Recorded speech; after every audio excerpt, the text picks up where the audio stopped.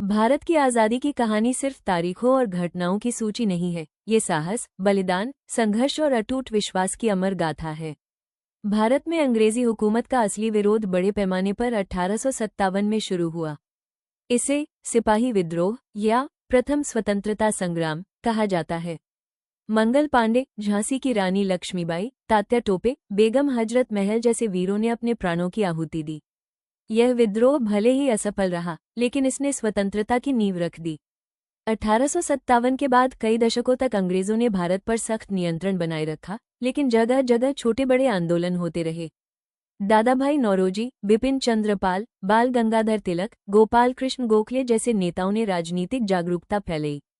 महात्मा गांधी के नेतृत्व में 1919 से आज़ादी की लड़ाई ने नया मोड़ लिया।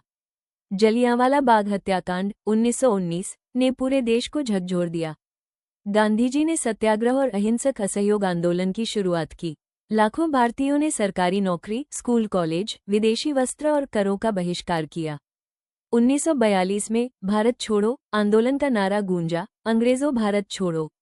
ये जन आंदोलन इतना शक्तिशाली था कि अंग्रेज सरकार को हिलाकर रख दिया।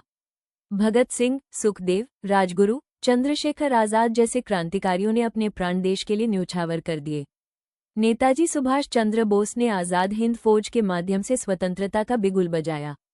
द्वितीय विश्व युद्ध के बाद अंग्रेजी साम्राज्य आर्थिक और राजनीतिक रूप से कमजोर हो चुका था। भारतीय जनदबाव, आंदोलनों और बलिदानों के सामने ब्रिटेन को झुकना पड़ा। 15 अगस्त 1947 को भारत स्वतंत्र हुआ। पंडित जवाहरलाल नेहरू ने ट्रिस्ट विद डेस्टिनी भाषण में स्वतंत्र भारत के नए युग की घोषणा की। ये कहानी केवल अतीत की स्मृति नहीं, बल्कि यह हमें याद दिलाती है कि आज़ादी अनमोल है। इसे पाने के लिए लाखों लोगों ने अपने प्राणों की आहुति दी, और इसे बनाए रखने के लिए हमें एकजुट रहना होगा।